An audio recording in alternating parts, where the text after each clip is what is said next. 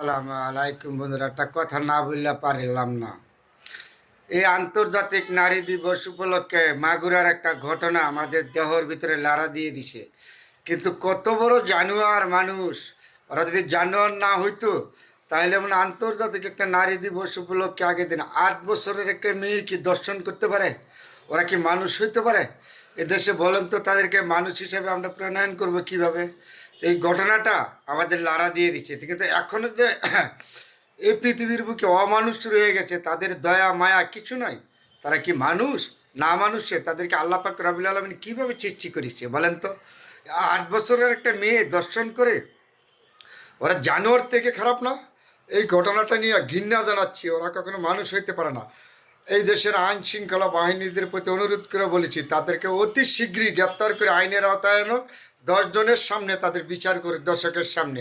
সবার জন্য দোয়া এবং শুভকামনা রইল। আন্তর্জাতিক নারী দিবস ঘটনা কেন্দ্রীয় করে আজকে হয়তো 8 বছরের একটা মেয়ে দর্শন করলো।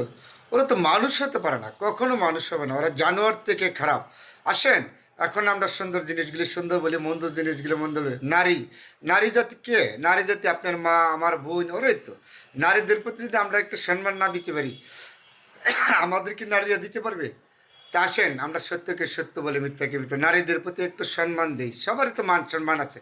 এই যে একটা ঘটনা ঘটালে সমস্ত বাংলাদেশ জুড়ে অল বিশ্বের সাথে এখন অনলাইনের যুগ, মিডিয়ার যুগ ছড়াছড়ি হচ্ছে। ওরা কি মানুষ হইতে পারে? লজ্জা থাকার উচিত না? এই ঘটনা দেখে আর বাকি যারা আছে, এখনও সময় আছে, সতর্ক হয়ে যান। এই আন্তর্জাতিক নারী দিবস উপলক্ষে সবার প্রতি সম্মান রেখে কথাগুলি বলেছি।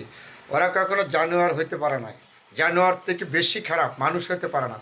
কারণ 8 বছরের একটা মেয়ে দর্শন করা, কি মনে করেন ঘটনাটা মানুষের মনে লাড়া দিয়ে দিচ্ছে না?